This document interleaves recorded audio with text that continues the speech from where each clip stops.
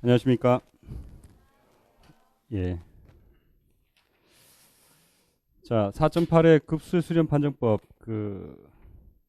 거기서 4.8.2를 보시면 되겠어요. 제곱근 판정법.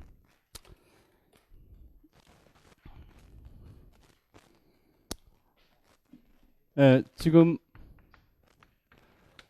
수열 극한에 대해서, 자, 수열 극한의 정의를 살펴봤죠. 입실론 라젠 방법. 그 다음에 수열 극한의 성질은 수렴하면 유일한 극한을 갖는다. 수렴하면 유계이다. 뭐 이런 생각을 해봤죠. 그죠? 그 다음에 수열 극한의 존재성, 계산과 수열 극한의 존재성에 대해서 생각해 봤어요. 그죠? 계산은 조임 정리, 비교 극한 정리, 대수적 성질, 단조 수렴 정리. 그 다음에 존재성은 단조 수렴 정리, 부분 수열 판정법, 코시 판정법, 상하 극한 비교. 뭐 이런 내용들을 쭉 살펴봤었죠. 그죠? 자, 여기에 수열 극한에 대한 얘기였어요. 그렇다면, 자, 요걸 그냥 괄호 1에 동그라미 1, 2, 3으로 이렇게 써봅시다. 그렇다면, 급수에서는,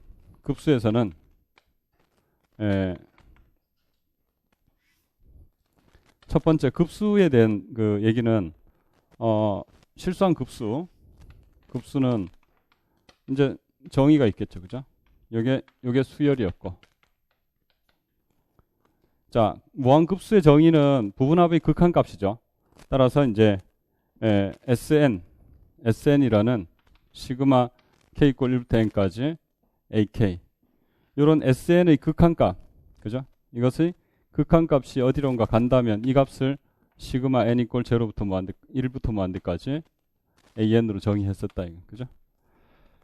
해서 부분합에 대한 극한값으로 수열 극한 급수를 정의했죠. 그죠? 그리고 요 SN이 수렴할 때 이 무한급수가 수렴한다라고 얘기를 했었고요. 그 다음에 요 시그마 AN이 존재하느냐라는 말을 체크하고자 한다면, 그죠? 결국은 시그마 N = 1부터 무한대까지 AN이 수렴하느냐라는 것을 묻는다면, 이것은 결국 SN의 수렴성을 체크해야 되는데, SN이라는 것은 이것은 실수 수열에 불과하니까 이 실수 수열의 수렴성을 체크하는 방법들을 이용하면 된다 이거예요. 그게 뭐냐면은 여기 있는 뭐 조임 정리, 비교 극한, 대수적 성질, 단조 수렴 정리, 부분 수열 판정법, 코시 판정법, 상하 극한 비교 이런 것들이 다 여기에 해당된다 이거예요. 그래서 이런 내용들을 이용해 가지고 체크를 해주면 되더라 이거예요. 그래서 1차적으로는 이제 그 수렴성을 체크할 때 저기 있는 사실들을 이용해 가지고, 자, 급수의 수렴성을 체크할 때 결국 SN의 수렴성을 체크하는 방법을 쓴다 이거예요. 첫 번째, SN의 수렴성, 부분합 SN의 이것의 수렴성을 체크하는데, 이 수렴성을 체크하는 방법에 주로 이제 쓰는 내용들이 위에 있는 이런 방법들이었고, 그 다음에 2차적으로는 이것을 판정법을 이용해 가지고 이제 체크하는 방법들이 있더라 이거예요. 판정법들이 다른 게 아니고 SN이 수렴하는지 여부를 이제 체크하는 방법들을 하나의 정리화 해가지고 금방 써먹을 수 있도록 만들어 놓은 것이다. 그래서 이 판정법을 우리가 이제 필수적으로 알아야 될 게 10개라 그랬어요. 그죠? 그래서 교대급수, 비교, 근, 적분, 피급수, 디리클레, 아벨, 라베, 코시 응집 이렇게 돼요. 여기서 이제 라베 코시 응집은 안 할 거예요. 지금 나중에 이제 문제 풀이 때 좀 문제만 간단하게 다루어 볼 거고, 일단 요 9가지 판정법에 대해서 지금 생각해 볼 거예요. 여기 그 판정법 중에서 비교하고 비교 중에서도 이제 비교 판정법 중에서도 그냥 비교 판정법이 있었죠. 4.8.1에 그 다음에 극한 비교 판정법이 있었어요. 그래서 비교 판정법 중에서는 그냥 비교 판정법과 극한 비교 판정법 이 두 가지를 살펴봤었어요. 지난 시간. 그러니까 지금 이제 뭘 할 거냐면은 근 판정법을 살펴볼 거예요. 그리고 비판정법 이 두 가지를 이제 지금 볼 거예요. 이건 지난 시간 비교는 했고, 앞에는 B는 비교고 뒤에는 비판정법이에요. 자, 그래서 4.8.2와 3이 그 얘기인데 2는 필요 없어요.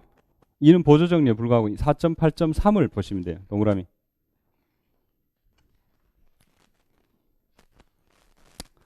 자, 4.8.3은 뭐냐 하면은 사실 극한이 존재하는 경우에 대한 얘기예요.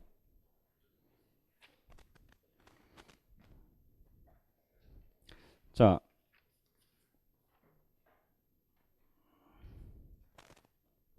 정리.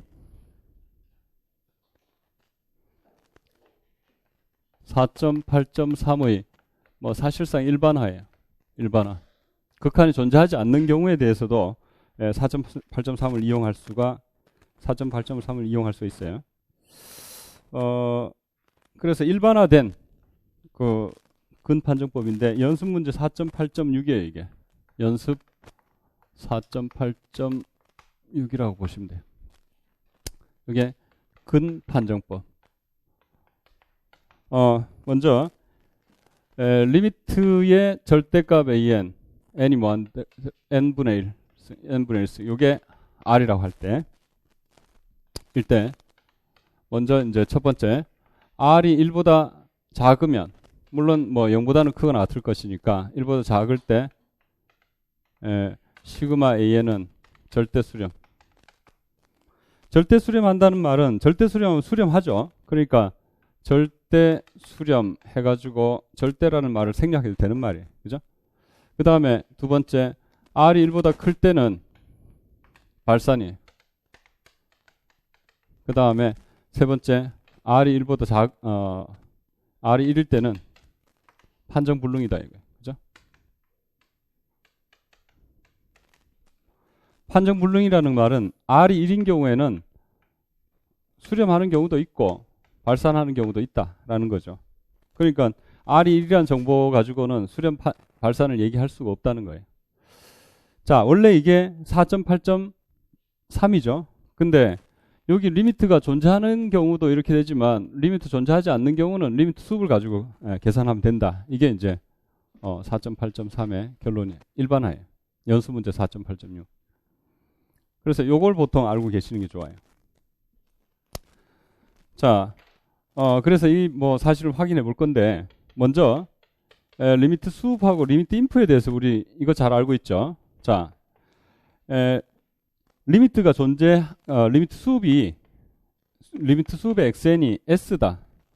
이 무슨 뜻이에요, 이게? 요것은 리미트의 n이 무한대로 갈 때 수업의 xk, k는 n 이상 이거잖아요. 근데 이게 s다라는 말은 다시 말하면 이렇게 쓴 거죠. s에서 s 플러스 입실론보다 뭐예요? s 플러스 입실론보다 유한항을 제외하고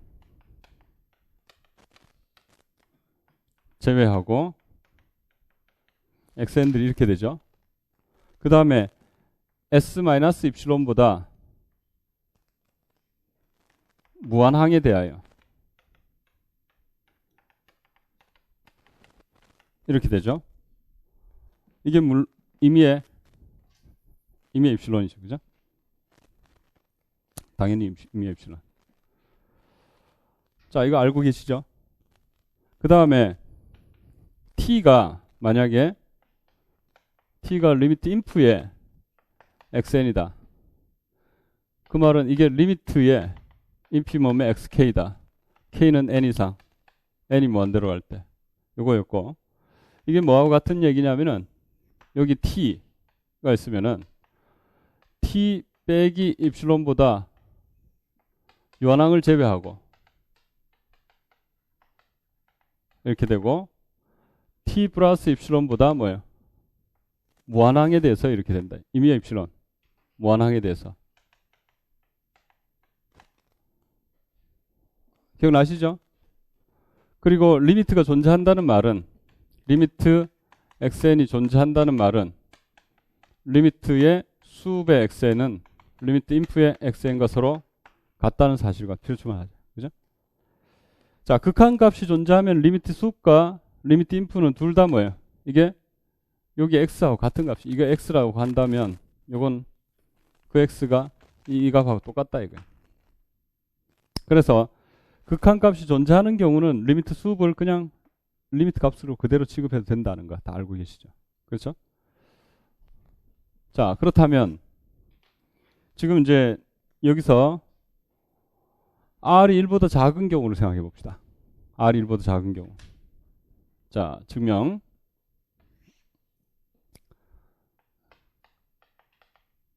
(4.8.3) 증명을 봅시다. R이 1보다 작다라는 것은 뭘 뜻하냐면은 여기 1 있고 여기 R이 있는 거예요. 1보다 작은 거 0이 있고 이렇게 됐죠. 그죠? 근데 R이 뭐냐면 리미트 수업이잖아요. 리미트 수업의 nth 루트 절대값 an이죠. 그러면 리미트 수업의 동시효건을 생각해 보면 여기 요만큼 갖고 와가지고 요렇게 이게 유한항을 제외하고 이렇게 된다는 거 아시겠죠? 그럼 끝났잖아요. 무슨 얘기냐면은 지금 이 값이 뭐겠어요? 1과 R의 중점쯤 생각해 봐요. 입실론은 얼마로 두라는 거죠? R 플러스 입실론이에요, 이게. R 플러스 입실론. 요 입실론은 얼마로 두라는 거예요? 2분의 1에 1 마이너스 R로 입실론을 잡으면은 R 플러스 입실론이 이렇게 나오겠죠, 그죠? 그러면 R 플러스 입실론보다 유한항을 제외하고 다 작거나 같다 이거예요. 자, 그냥 이거 바로 이렇게 써봅시다. R1 그 입실론을 2분의 1에 1 마이너스 R에 대하여 자, 요 중점이 결국 뭐냐면 R 플러스 입실론은 결국 2분의 1에 1 플러스 R이 되죠. 그죠? 요걸 이제 R1이라고 두면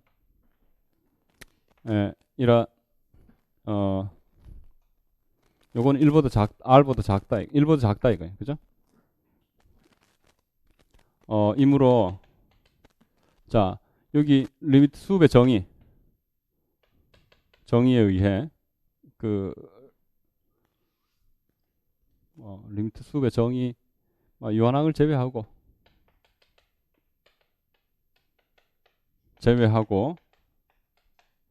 자, x nth 루트 절대값 an 요것이 R1보다 작아요.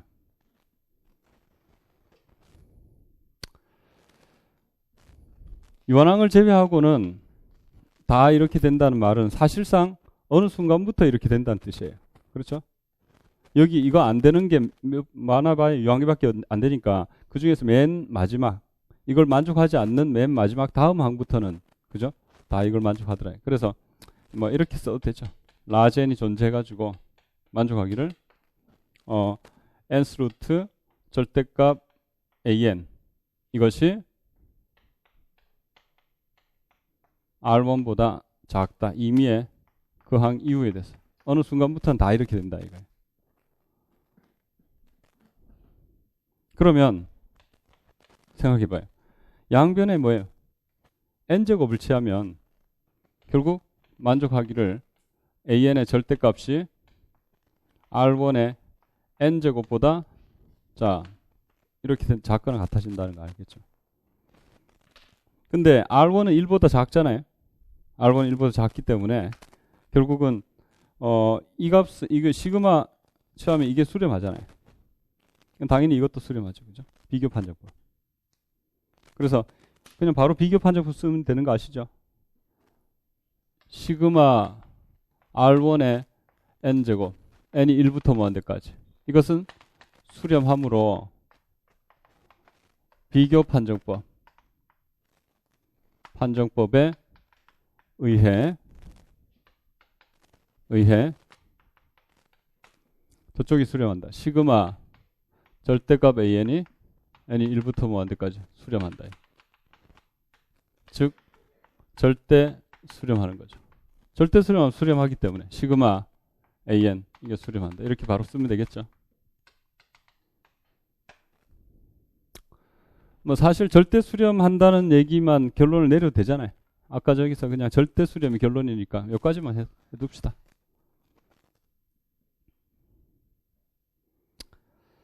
그래서 사실 그 리미트 수배 뭐 정의라기보다는 뭐 리미트 수배 성질을 이용해 가지고 이렇게 1보다 r이 작으면 리미트 수값이 1보다 작은 거니까 이 중간쯤을 갖고 오도록 요 반을 입실론을 잡자 이거예요. 그럼 r 플러스 입실론보다 뭐예요?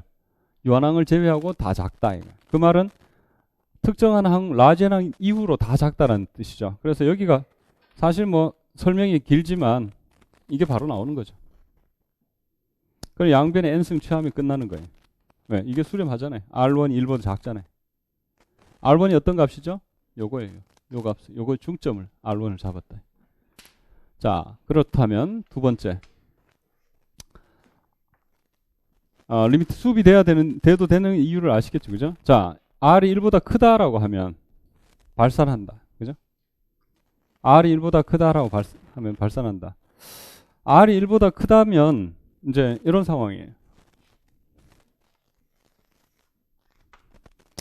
1, 여기 R이 있다.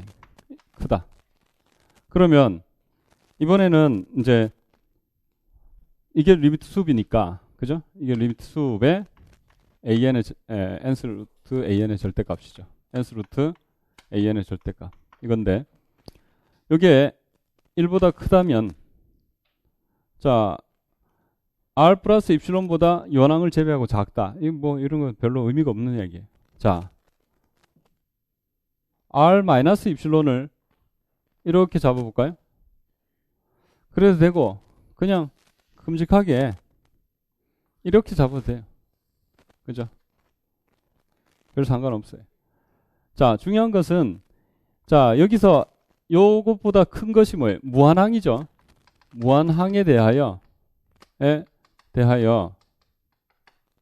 r 마이너스 입실론보다 크다라는 얘기예요. 그러면 자, 요런 항들이 무한항에 대해서 1보다 크다라고 하면 자, n 취해버리면 결국 자, 결론을 써보면 1보다 n스 루트 절대값 an이 무한히 많이 크다 이거예요. 무한항에 대해서. 그러면 양변에 n승을 취해버리면 역시 절대값 an도 무한항에 대해서 이렇게 된다 이거예요. 그러면 an이 제로로 갈 수 있나요? an이 제로로 갈 수가 없게 되죠. 그러면 발산이죠. 무슨 판정법? 일반항 판정법. 항들이 무한히 많은 항들이 1보다 크다면 그건 제로로 갈 수가 없어요. 그렇지 않나요? 그래서 일반항 판정법이에요. 그래서 써보면 이제 r-1 요걸 입실론을 잡자 이거예요. 입실론을 r-1 자 이것에 대하여 r-입실론보다 r-입실론을 1이죠. 에 대하여 이므로 무한히 많은 항, 무한항에 대하여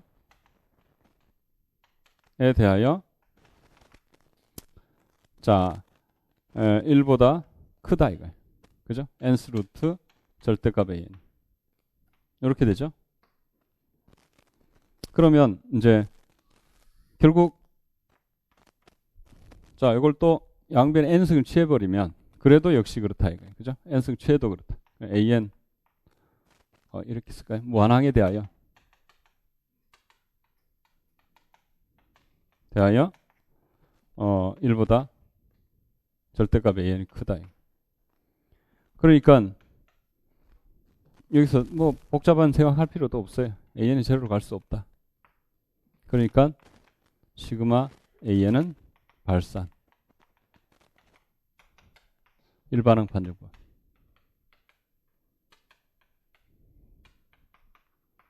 했죠, 그죠? 시그마 n이 수렴하면 an은 제로로 간다. 물론 세 번째 얘기는 판정불능이라는 얘기는 무슨 얘기예요? 자, 판정불능이라는 얘기는 저기 보시다시피 1인 경우에는 수렴하는 경우도 있고 발산하는 경우도 있다. 그러니까 1이라는 정보는 수렴성을 체크하는데 아무 도움이 안 된다 이런 뜻이죠. 그래서 두 가지 케이스를 얘기해 주면 돼요. 첫 번째로 저게 1이 되면서 수렴하는 경우와 1이 되면서 발산하는 경우 두 가지를 얘기를 하려고 그래요. 자, 시그마 n분의 1. 자, an 이꼴 n 제곱분의 1부터 씁시다. 이것에 대하여 r 값이 얼마죠? 리미트 n 제곱근 루트 an의 절대값. 이것은 리미트 이거 해봐야 n의 마이너스 2제곱이니까 n의 마이너스 2제곱 그러니까 n분의 1제곱에 마이너스 2제곱 이렇게 되죠. 맞잖아요. 근데 요것은 이제 결국 리미트 마이너스 2제곱 나가고 n의 n분의 1 이거 지난 시간에 1번 1로 간다 그랬어요. 1의 마이너스 2제곱 해봐야 1이죠. 그죠? 어쨌든 r은 1이죠. 리미트가 1이라는 말은 리미트 수업도 1이라는 거예요. 그죠? 즉 r 이꼴 리미트 수업의 nth 루트 절대값 an 1이 된다는 거예요. 그리고 시그마 an 이꼴 시그마 n 제곱분의 1인데 이건 바로 뒤에서 나오겠지만 수렴한다 이거예요. 요번에 b를 가지고 an을 요번에는 n분의 1로 갖고 와봐라 이거예요. 자, 에 대해서는 어떻게 될까요? r 이꼴 1이 되면서 시그마 an은 뭐가 되죠? 발산. 이건 안 써도 되겠죠. 자, 해서 an이 m제곱분의 1인 경우에는 r이 1이면서 수렴하고 n분의 1이면서 그 n분의 1에 대해서는 r이 1이면서 발산한다 이거예요. 그러니까 r이 1인 경우는 수렴하는 경우도 발산하는 경우도 있더라. 자, 그렇다면 이게 이제 근판정법이에요. 근판정법. 근판정법하고 이제 바로 비판정법이 나오는데 비판정법을 같이 바로 보도록 합시다. 486이죠. 자, 정리. 4.8.6 요건데 4.8.6하고 이제 보시면은 방금 여기서 이제 4.8.6에서 그 4.8.3의 일반화인 동시에 뭐 4.8.6이라 했는데 여기 r이 1보다 큰 경우에는 무한대보다 작거나 같은 경우도 이제 포함해서 이 사실을 만족한다라는 얘기까지 적어둡시다. 요것도 같이 적어줍니다. 어차피 이제 r이 무한대인 경우는 뭐 생략하고 증명을 한 건데요. 4.8.6하고 연습문제 4.8.7이 에서 무슨 얘기를 하냐면은 r을 이번에는 리미트 an분의 an 플러스 1 이 b 값을 정의해. 그죠? 해가지고 이걸 이제 r이라고 할 때 첫 번째 r이 0보다 크거나 같고 1보다 작은 경우에 수렴 시그마 a는 절대 수렴.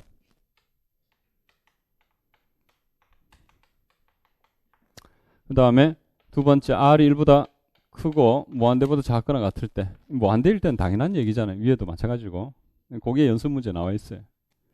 아무튼 요것이 발산한다. 그 다음에 세 번째, R이 1일 때는 판정불능. 판정불능. 자, 여기에 이제 비판정법이죠. 비판정법. 자, 여기 비판정법에서는 여기 리미트 숲 인프를 쓸 수가 없어요. 여기 리미트가 존재하는 경우만 비판정법을 쓰는 거예요. 자, 여기 4.8.6 확인해 봅시다. 리미트 숲 인프를 가지고 이제 지금 그 뒤에 우리 책에서는 리미트 대신에 리미트 숲을 쓰면은 그대로 성립한다 이렇게 써놨어요. 주에 나오죠. 주 4.8.7에 그렇게 나오는데 성립 안 해요, 이거. 그 원저 책에 보면 이렇게 안 적혀 있어요. 사실 4.8.7에 괄호 2번 있죠, 그죠? 괄호 2번은 그냥 X 표시 있어요. 159페이지 4.8.7에 주 있죠, 그죠? 거기서 괄호 2번은 이거 안 돼요. 이거 반려 바로 잡혀요. 원저에도 이렇게 적혀 있지 않고. 그래서 비판정법은 그냥 수렴하는 경우만 생각해요, 일단. 보시면은 괄호 1번에서 R이 1보다 작고 0보다 큰 같은 이런 경우에 대해서 생각을 해보자. 그죠? 이때는 역시 우리 극한의 정의를 생각해 가지고 자, 0, 1 있으면은 여기 1보다 작은 R이 나왔죠. 그죠? 이렇게 되면 여기서는 B 값이 R로 간다는 뜻이잖아요. 리미트 n이 무한대로 갈 때 an분의 an 플러스 1의 절대값이 1로 간다는 거죠. 그럼 1보다 작은 거니까 입실론을 대충 뭐 어떻게 자는지 아시겠죠? 입실론 얼마예요 지금? 2분의 1 마이너스 R. 그죠? 그렇게 잡으면은 요 안으로 요한항을 제외하고 다 들어간다 이거예요. 그죠? 뭐가? 이번에는 an분의 an 플러스 1의 절대값이 여기 요한항을 제외하고 다 들어간다 이거. 그죠? 그러면 라젠항 이후로 다 들어간다 이거. 그렇죠? 자, 그렇다면 이제 분명히 뭐 앞에 뭐 이런 얘기를 해줄 수 있겠죠. 자, 이것이 여기 R1이라 합시다. R1. 요 값을 R1이라 해가지고 이런 조건을 임의의 라젠항 이후의 스몰 n에서 만족한다. 그죠? 그 극한의 정의를 이용해가지고 그대로 쓸 수 있죠. 그죠? 물론 뭐 앞에 설명을 할 거예요. 그러면 요렇게 되는 거네요. an을 넘기면은 그죠? an을 넘기면은 R1에 요게 R1의 an 요렇게 될 거 아니에요? 임의의 이렇게 된다는 뜻이죠. 그죠? 그러면 자, 라젠항부터 이렇게 계속 되는 거니까 라젠항, 라젠 플러스 1항, 라젠 플러스 2항 계속 곱해봐요. 그러면 어떻게 되냐면은 자, A의 라젠 플러스 1의 절대값 이게 이제 R1의 A 라젠 다음 항 라젠 플러스 2 R1의 라젠 플러스 1 AN R1의 AN 마이너스 1 이렇게 되겠죠. 그죠? 그럼 쭉 곱하면 어떻게 될까요? 이렇게 약분돼 가지고 이므로 AN은 넘기면은 R1의 N 마이너스 라젠 항에 A 라젠 이렇게 될 거 아니에요. 그죠? 이런 성질을 만족하겠죠. 그죠? 되죠? 이게 라젠항 이후에 이게 대해서 다 성립하는 거죠. 그러니까 아까하고 비슷한 상황이 지금 이렇게 되면 자, 이쪽이 수렴하잖아요. 이거는 R1 1보다 작아요. R1은 1과 R의 중점이죠. 그러니까 1보다 작은 N-라젠. 라젠은 상수예요. 라젠 100, 200 어떤 상수예요. 그렇다면 이쪽은 시그마 취하면은 수렴하죠. 그러니까 이쪽도 수렴하잖아요. 무슨 판정법? 비교 판정법. 그래서 비교 판정법에 의해 시그마 절대값 A에는 수렴한다. n이 1부터 무한대까지 해도 되죠. 그래서 이쪽이 수렴하니까 이쪽이 수렴한다 라는 얘기가 이제 돼서 비교 판정법을 쓴 거예요. 극한 비교 판정법 아니고, 자, 그 말은 이제 절대 수렴한다 이거예요. 절대 수렴을 체크한 거예요. 자, 요게 지금 비판정법이에요. 근판정법하고 똑같은 그 과정이죠, 사실은. 그래서 요걸 이제 써봅시다. 자, 리미트의 정의를 써가지고, 자, 입실론 이꼴 1-2분의 1에 1-r 요걸 갖고 하자. 자, 에 대하여 자, r 플러스 입실론이 그죠? 요걸 1이라 두면 1보다 작다 이거예요. 그죠? 이므로 극한의 정의에 의해서 이제 라젠이 존재해가지고 만족하기를 라젠항 이후에 있는 스몰 n에 대해서는 xn들이 뭐 an 플러스 그러니까 an분의 an 플러스 1의 절대값이 플러스 1의 절대값이 r 플러스 입실론 r 마이너스 입실론 이렇게 된다. 그죠? 이게 r1이에요. 그죠? 여기 r1이죠. 그래서 결국 뭐 이렇게 된다 이거예요. 그래서 이렇게 되는 거고, 쭉 밑으로 내려서 보면 이렇게 되는 거. 곱하면 결론적으로 핵심은 뭐예요? 요거죠, 요거. 그러니까 이게 수렴한다는 건 다 알고 있다 이거예요. 고등학생들도 알고 있어요, 이거는. 그렇죠? R1 이게 그 1보다 작은 B 값이잖아요. 그러면 이제 R이 1보다 큰 경우를 한번 생각해 봅시다. 큰 경우. R이 1보다 큰 경우는 사실 볼 게 없는 게 1보다 큰 값을 여기 1 있잖아요. R이 여기 있어요. 큰 값을 갖고 와봤어요. 자, 그러면 B 값이 입실론을 아까처럼 R-1을 입실론으로 생각해봐요. 그러면 요 위로 뭐가 있어요? 모든 항이 다 나와 있는 거예요. 그렇죠? 요 위로 모든 항들이 다 나와 있다 이거예요. 그래서 여기에 AN분의 요쪽에 AN분의 AN 플러스 1의 절대값이 다 나와 있어요. 입실론 얼마로 잡은 거예요? R 마이너스 1로. 어쨌든 간에 1보다 크네요. 물론 이게 라젠항 이후에 모든 항들이 이렇게 되는 거예요. 그럼 뭐 얘기가 다 된 게 비판정법은 모든 항들이 0이 아니다라는 가정은 들어가 있어요. 그죠? 그러니까 B값 자체를 정의해 줄 수가 있잖아요. 그죠? 그래서 자, 요렇게 얘기해 보자면 1보다 그죠? R-1 그러니까 R- 입실론 요게 1이 되는데 1보다 크다. 뭐가?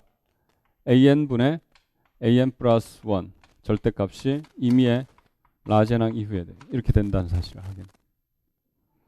그럼 이 말은 무슨 뜻이에요? AN이 점점 절대값이 커진다는 거잖아요. 그렇지 않나요? 넘겨봐요. AN의 절대값보다 AN 플러스 1의 절대값이 크거나 같잖아요. 그러면 당연히 AN이 제로로 갈 수 있을까요? 없을까요? 없죠.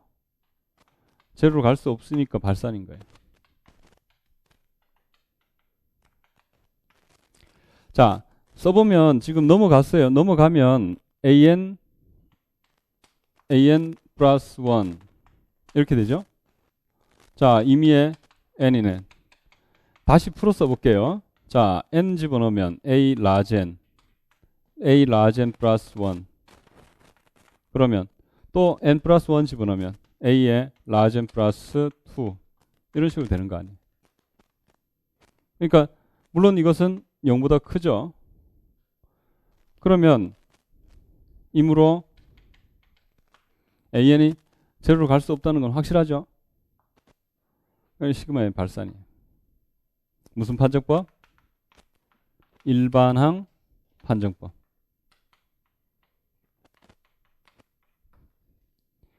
이걸 써봅시다. 써보면 이제 요 상황을 이제 알잖아요. 요 상황을 보고 자 입실론을 얼마로 잡자? 2분의 1에 1-r. 자에 대하여 뭐라고 할까요? 라젠이 R1 있고 그 R 마이너스 입실론 2분의 하지 말고 그냥 딱 맞추기로 했죠. 이거. 2분의 해도 되고 1-R 하기로 했잖아요. 이렇게 하기로 했죠. 요게 R 마이너스 입실론이 되게 요 길이를 입실론을 잡기로 했잖아요. 방금 R 마이너스 1을 입실론을 잡자. 에 대해서 요것은 뭐예요? 1이 된다 이거예요. 1. R 마이너스 입실론이 그죠? 자, 이므로 자 라젠인 n이 있어가지고 만족하기를 라젠보다 큰 아튼 스몰 n에 대해서는 뭘 만족해요? 이쪽에 씁시다.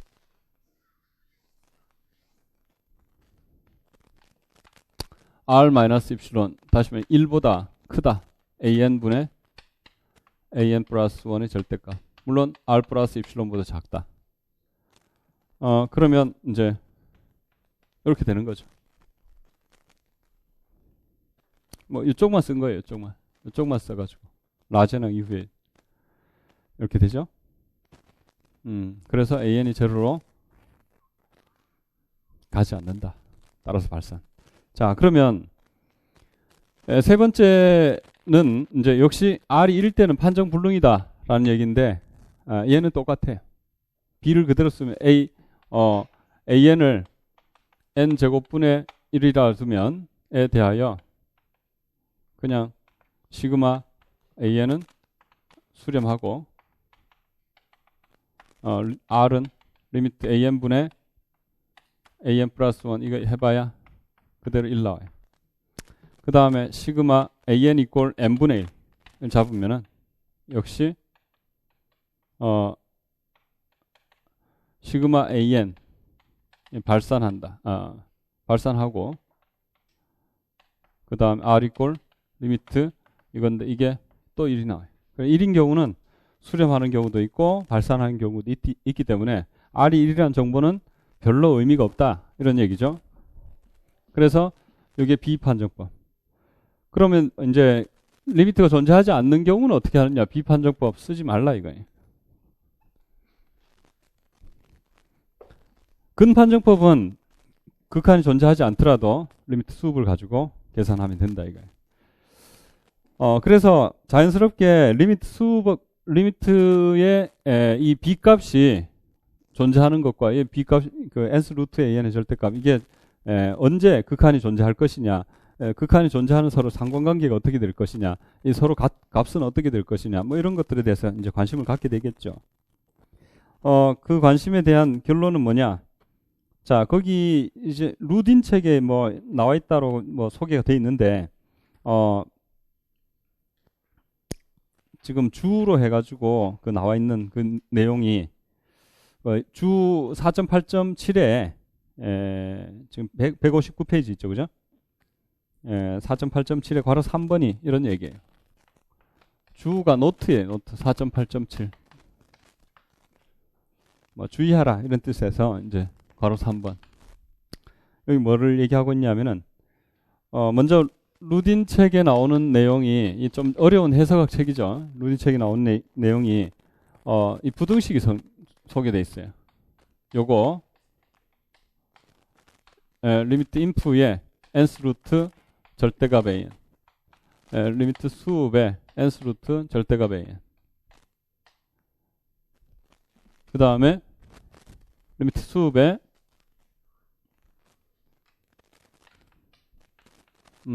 B AN분의 AN 플러스 1 요거예요. 여기 나와 있기 때문에 이쪽 두 개가 같다라는 얘기가 서로 그 극한이 존재한다는 뜻이죠. 그러면 이 두 개가 같으면 이 두 개는 자동으로 같죠. 그죠? 이게 두 개 같다고 해서 두 개 같을 이유는 없죠. 그래서 같다. 다시 말해서 B의 극한값이 존재하고 R이면 이 근의 극한값이 존재하고 똑같은 값이 된다. R이 된다. 이런 뜻이에요. 그래서 이 말은 일에 의해 리미트에 n이 무한대로 갈 때 an분의 an 플러스 1의 절대값이 존재하고 이 극한값이 존재하고 그게 r이라면 역시 이 두 개가 같고 r이란 뜻이니까 여기 두 개가 같고 r이다. 리미트 절대값 an의 그 nth 루트가 극한값이 존재하고 역시 r이 된다. 역은 일반적으로 성립하지 않는다. 뭐 이런 얘기가 이제 나와 있어요. 뭐 이런 정도 확인해 두시면 되겠어요. 자, 근판정법, 비판정법 문제는 뭐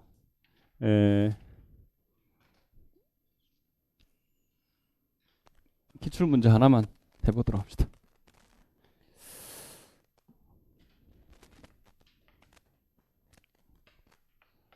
공사 기출인데요.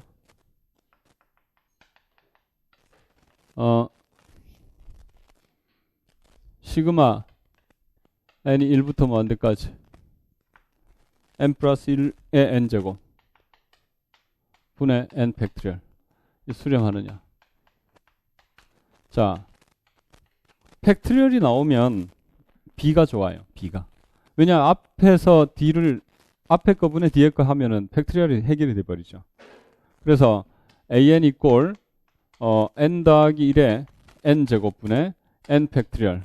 자, 이것에 대하여 r 이꼴 리미트의 an분의 an 플러스 1 이 극한값을 구하라. 절대값 씌우나 말하고 해보면 이꼴 n이 무한대로 갈 때 자 an분의 했는데 an분의 n 팩토리얼이 분자고 n 플러스 1의 n제곱. 자, n 플러스 1 팩토리얼에 n 플러스 2의 n 플러스 1제곱이죠. 그러면 뭐 이거 약분되니까 n 플러스 1 나오고, 자 n 플러스 1 나오고, 그 다음에 여기 n 플러스 1 n 플러스 1 곱하니까 n이 무한대로 갈 때 n 플러스 2에 n 플러스 1에 n 플러스 1제곱이죠. 그러면 n이 무한대로 갈 때 여기 1 마이너스 n 플러스 2분의 1 이렇게 나와요. 그러면 여기 지수를 마이너스 n 플러스 2 해놓으면 아까하고 똑같으려면 n 플러스 2분의 n 플러스 1 하면 똑같죠. 그죠? 그래서 이게 안에 그 익스포넨셜 1 플러스 무한소의 무한대승이니까 역수관계 있고 익스포넨셜 마이너스 1승 1보다 작다. 따라서 비판정법에 의해서 수렴한다. 비판정법에 의해서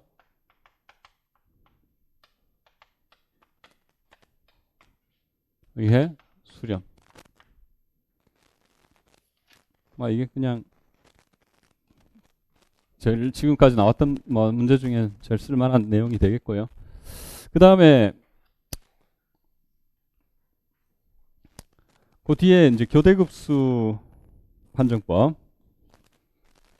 교대급수 판정법 이거예요. 교대급수 판정법은 앞에서 사실 어느 정도 제가 소개를 한 거나 마찬가지인데 정리 4.8.8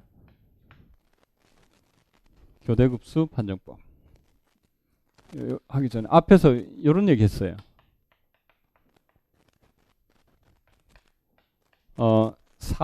연습 문제 4.3.2에서 연습 4.3.2에서 무슨 얘기를 했냐면 시그마 마이너스 1의 n 마이너스 1제곱에 n분의 1 이게 수렴한다. 1무한대. 자, 이런 것을 살펴봤어요. 이걸 일반화한 거예요. 일반화한 거. 일반화하면 정리 4.8.8인데 교대급수 판정법이에요.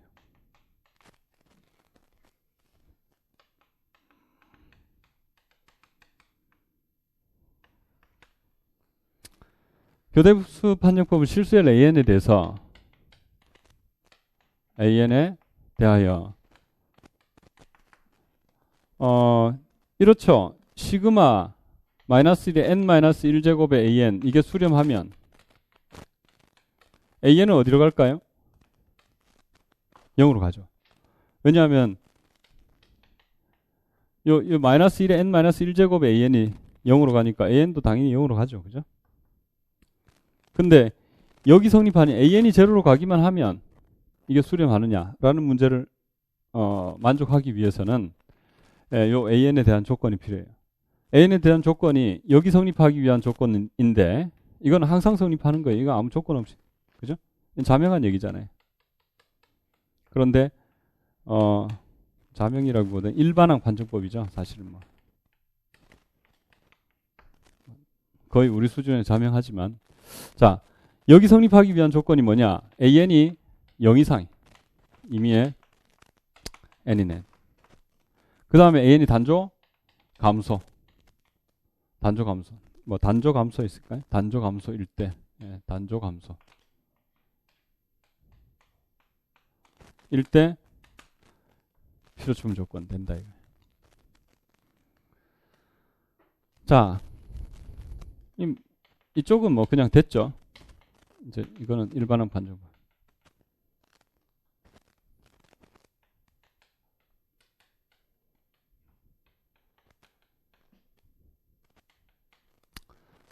자, 반대쪽은 이걸 해봤어요, 우리가. 이거 사실 이거 할 때하고 똑같은 아이디어예요. 자, 수렴한다는 사실.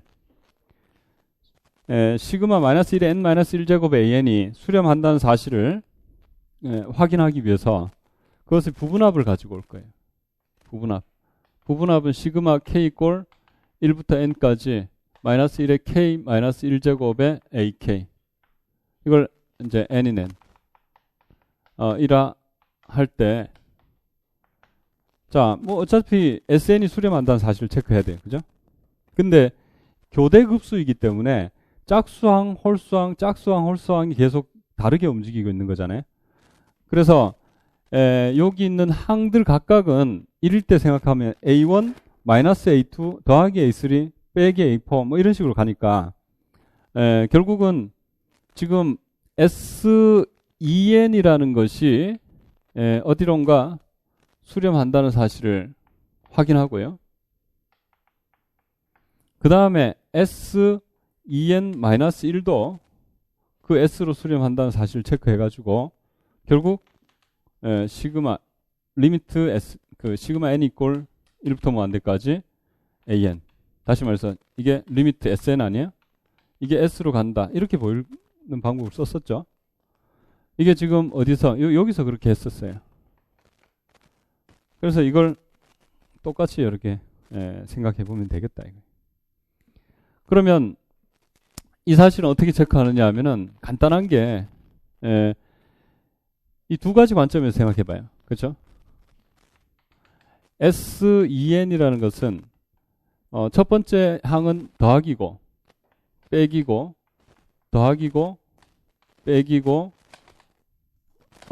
계속 가서 더하기 빼기 EN-1에 빼기 AEN 이렇게 되죠. 그죠? 그러면 단조 감소죠. 그러니까 이게 어떻게 되죠? 0보다 AN은 단조 감소니까 이게 0보다 어떻게 되죠? 0보다 크거 나왔잖아요. 그렇지 않나요? 단조 감소라서. 그래서 두 개씩 더하면은 점점 뭐예요? 커지죠. 그래서 이게 뭐예요? SEN은 단조 증가예요. 그 이유가 AN이 단조 감소이기 때문에. 이해되시죠? 저 2번 조건 때문에. S2n은 단조 증가다 이거예요. 그 이유가 AN이 단조 감소이기 때문에 이 각 항들이 0보다 크기 때문이죠. 그러면 수렴한다는 사실을 체크하기 위해서 뭘 해야 되죠? 위로 유계면 되잖아요. 위로 유계를 체크해야 되죠. 그래서 위로 유계 체크할 때는 어떻게 했어요? A1 더하기 마이너스 A2 더하기 A3. 어차피 같은 거예요. 더하기 마이너스 A4 더하기 A5. 이런 식으로 해봐요. 하면 너무 이렇게 낭비하지 말고 쭉 가서 자 A의 마이너스 A의 2n 마이너스 2 더하기 A의 2n 마이너스 1 마이너스 A의 2n 이렇게 쓰면 되죠. 그러면 역시 이쪽은 뭐예요? 0보다 이제는 작거나 같죠. 이제 0보다 작거나 같죠. 0보다 작거나 같잖아요. 자, 그러니까 이거는 1보다 뭐보다 작거나 같을까요? 이런 항들이 다 0보다 작거나 같은 값이니까 이거는 뭐보다 작거나 같죠? 예, A1보다 작거나 같다. 그래서 위로 6이다 이거예요. 이유는 S2n이 A1보다 작거나 같다. 그래서 단조 증가이고 위로 6이니까 단조 수렴 정리에 의해 리미트에 SEN 그러니까 리미트에 SEN은 존재하고 그 값을 뭐 적당히 두자. S in R 이렇게 두자. 그러면 이제 두 번째로 SEN-1이 S로 간다. 이걸 체크해야 되겠죠. 이것은 그냥 뭐 간단히 확인할 수 있는 것이 SEN-1이라는 것이 SEN하고 어떤 관계가 있어요? 사실 여기서 하나 더 더한 거, 맨 마지막 항이 뭐 EN 해버리면 마이너스 1에 EN 제곱, EN 마이너스 1제곱에 A의 EN. 요거 더한 게 요거잖아요. 넘기면은 마이너스 1에 EN 마이너스 1에 A의 EN인데 이게 뭐예요? 마이너스니까 플러스 되네. 그죠? 그래서 요것은 약분하면 SEN 플러스 A의 EN이네. 그죠? 근데 이게 어디로 가죠? 요건 S로 가고 요건 어디로 가죠? 오른쪽 가정했잖아요. 0으로 가네. 따라서 S로 간다. 그죠? 두 가지 체크했잖아요. 자, SEN이 SEN-R 적당한 SEN-R로 가고 SEN-1이 또 S로 가네요. 결론적으로 SN은 S로 간다. 그래서 수렴한다. 자, 이게 교대급수 판정법이죠. 교대급수 판정법에서 단조 감소 조건 필요한 거 저기 써먹었죠. 그죠? 두 칸씩 잘라 나갔을 때 두 칸짜리 합들이 0보다 크거나 같게 만들기 위해서. 그죠? 위의 조건. 그 다음 AN이 0보다 크거나 같아야 되는 이유도 아시겠죠? 여기 각각의 AN들이 지금 여기 0보다 크거나 같아야 이 R을 위로 유계라는 사실을 체크할 수 있다. 여기에 0보다 크거나 같다는 조건이 필요했네. 자, 이렇게 되고 이것을 교대급수 판정법을 더 일반화하면 뭐가 나오냐 하면은 일반화하면 디리클레가 나와요. 디리클레 판정법. 그건 이따가 보기로 하고요.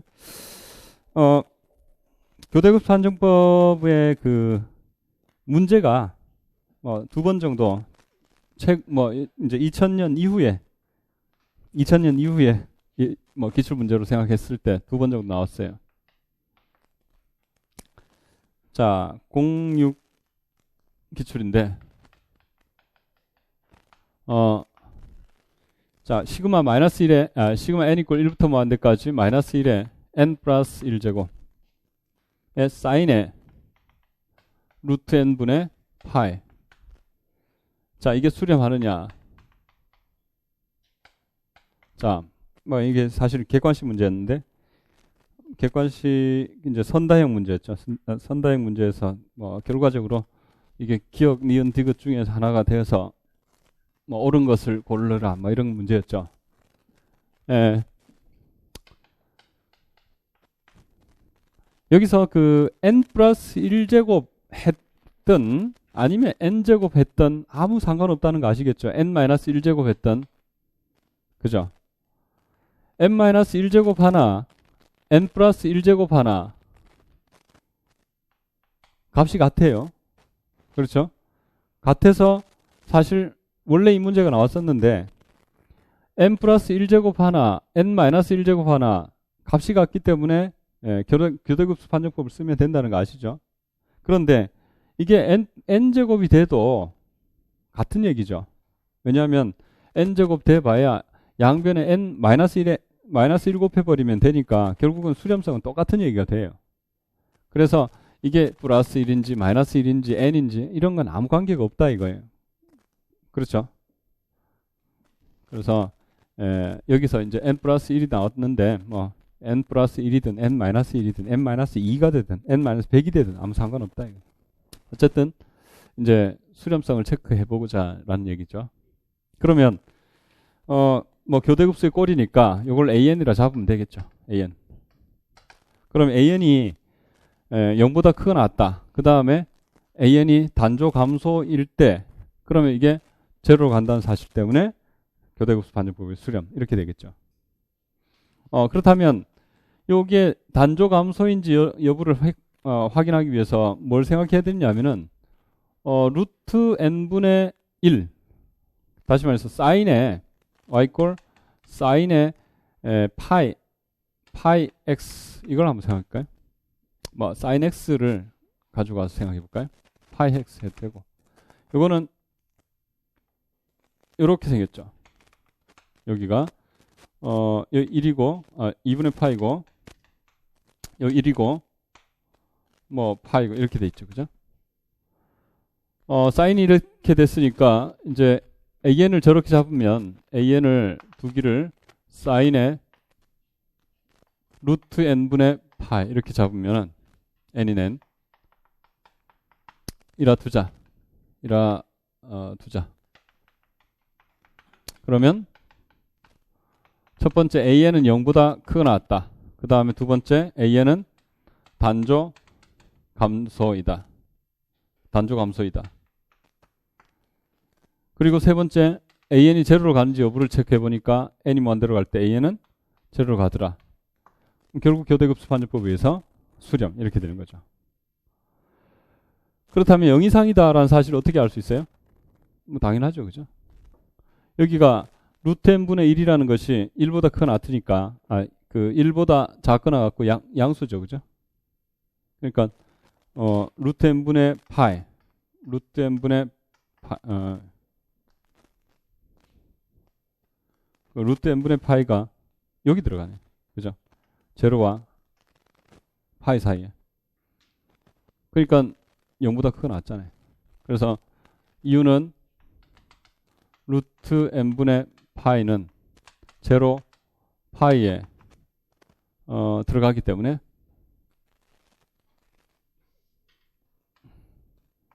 이므로 사인의 an 이꼴 사인의 루트 n분의 파이 이것은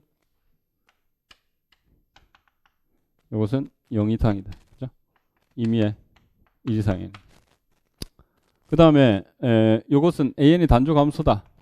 단조 감소가 실제로 루트 1분의 파이 하면은 여기 있죠.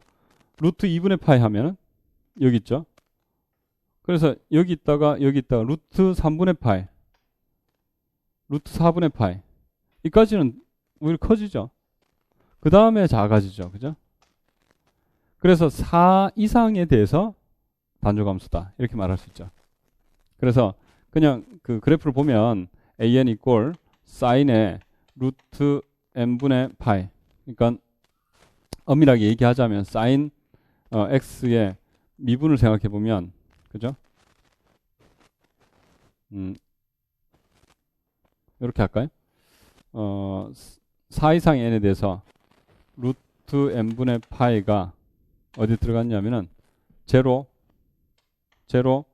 2분의 파이 여기에 들어가죠. 임의의 4 이상 n 이므로 단조 감소 구간이 여기니까 an 이꼴 사인의 루트 n분의 파이 이것이 4 이상 n에 대해서 여기에서 단조 감소이다. 이렇게 얘기하면 되죠. 단조 감소라는 게 모든 항이 될 필요는 없어요. 그죠? 그래서 여기까지만 하면 충분하고 여기 an이 0로 간다는 사실은 뭐 리미트 an 이꼴 리미트 사인의 루트 n분의 파이 이것은 0로 간다. 그죠? 자, 해서 교대급수 판정법에 의해서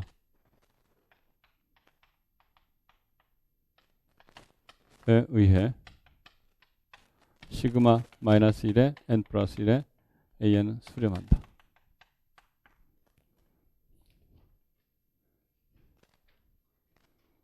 그 다음에 이제 적분 판정법.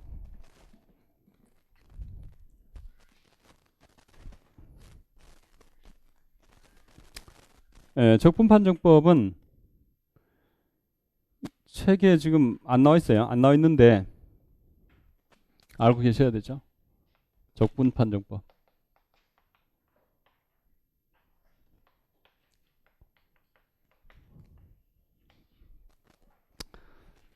자, 적분 판정법은 f가 1 이상의 실수에서 r로 가는 함수예요. 자, 이것이 지금 이제 주어졌을 때 시그마 fn이 수렴한다. 시그마 fn 하면 이게 an이나 마찬가지. n이 1부터 무한대까지 이것이 수렴한다. 그 말하고 인테그랄 1에서 무한대까지 fx dx 이게 수렴한다.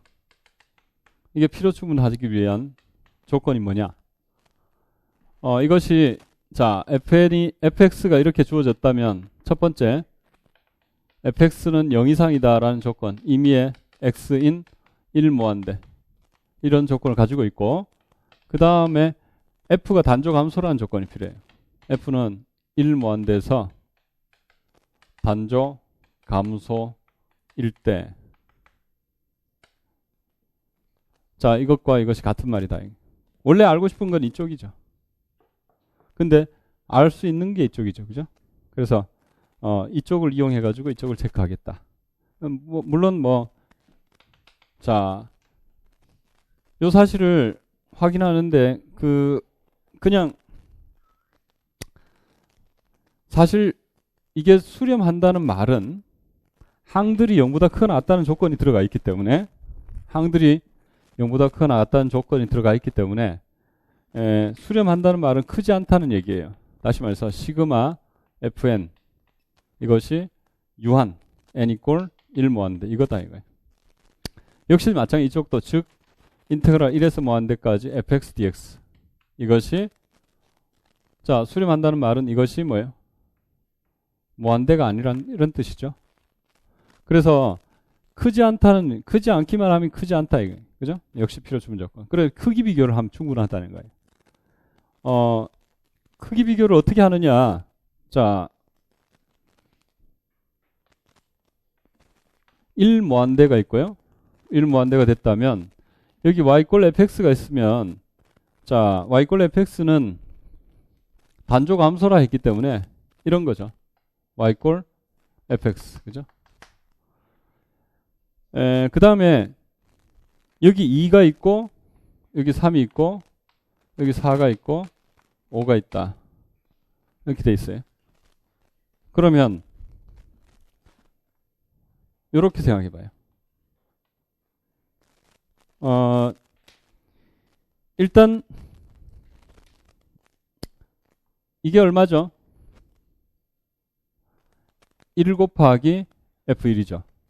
1 곱하기 F1. 이게 F1이고 F2죠. 1 곱하기 F2. F3, F4, F5.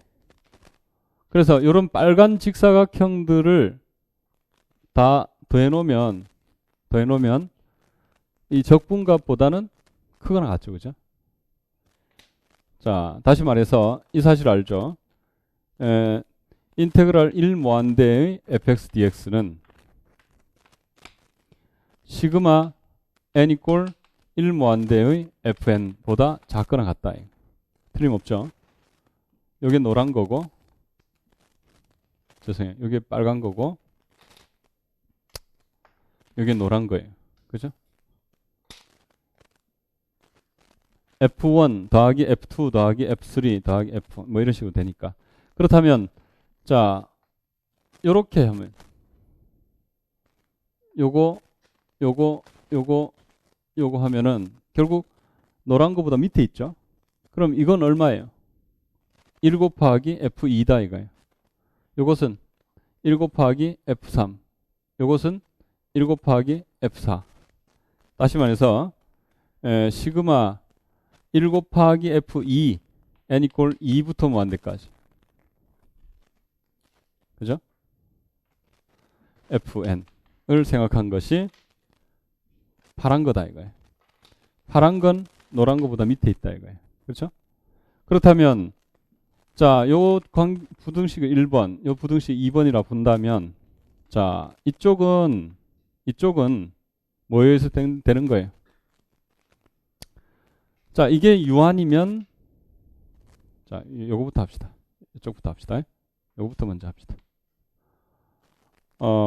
왼쪽에서 오른쪽으로 가려면은 자, 이게 유한이면 이게 유한이다라는 사실을 확인하고 싶어요. 그러면 이게 유한이면 이게 유한이다. 되잖아요. 그래서 1에 의해서 성립한다 이거예요. 그죠? 이건 직접 바로 되는 거죠. 반대로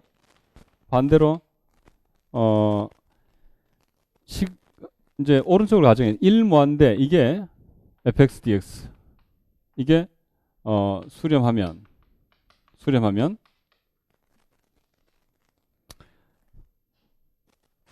자, 이게 수렴한다. 시그마 요 2에 의해서 시그마 뭐가 수렴하는 거예요? n 이꼴 2 무한대 fn 이게 수렴하는 거죠. 수렴이란 말은 무한대가 아니란 뜻이에요. 그러니까 2 무한대가 수렴하면 1 무한대 한 개 더 보태 실수밖에 안 되니까 역시 당연히 수렴한다. 그죠? 무한대가 아니다. 그렇죠? 그래서 결국 이제 1 무한대가 유한이면 이것도 2 무한대도 유한이고 당연히 1 무한대도 역시 유한이 된다 이거예요. 한 개 더 보탠다고 해서 갑자기 무한대가 되질 않죠. 실수 하나 보탠다. 그래서 적분 판정법에 의해서 적분 판정법은 이런 식으로 확인이 된다 이거. 그래서 이 관계를 확인해 두시면 되겠어요. 이 관계는 당연한 것이 단조 감소이기 때문에 이런 질서가 그대로 유지되죠. 그죠? 여기 있는 항들을 비교해 봤 그 함수 값들이 결국 요거보다는 크거나 같고 요거보다는 작거나 같다 이거예요. 그 이유가 이게 제일 크고 제일 작다 이게 단조 감소이기 때문에 가능한. 그 다음에 예전에 뭐 한번 출제가 됐었는데 시그마 루트 n분의 익스포넨셜 마이너스 루트 n n이 1부터 무한대까지 이게 수렴하느냐 이런 문제. 그 다음에 시그마 n이 1부터 무한대까지 n의 p제곱분의 1 이게 수렴하느냐 언제 이런 것들이 이제 요 결과가 P급수 판정법이죠. 그죠? 그래서 이게 다 적분 판정법 문제다 이거예요. 1번 보시면은 루트 n분의 익스포넨셜 마이너스 루트 n 이게 이제 언제 수렴하느냐 수렴하느냐라는 사실을 체크하려면은 이거 어떻게 하겠어요? 현실적으로 이제 체크하기 어려우니까 이걸 뭘 생각하냐면은 fx를 잡기를 f를 잡기를 1무한대에서 r로 간 함수로서 fx 이꼴 자연수 변수를 이렇게 연속 변수로 바꾸자. x인 1무한대 이렇게 바꾸자는 거죠. 자, 에 대하여 먼저 fx가 0 이상이다. 이건 당연하죠. 임의의 x인 1무한대에 대해서.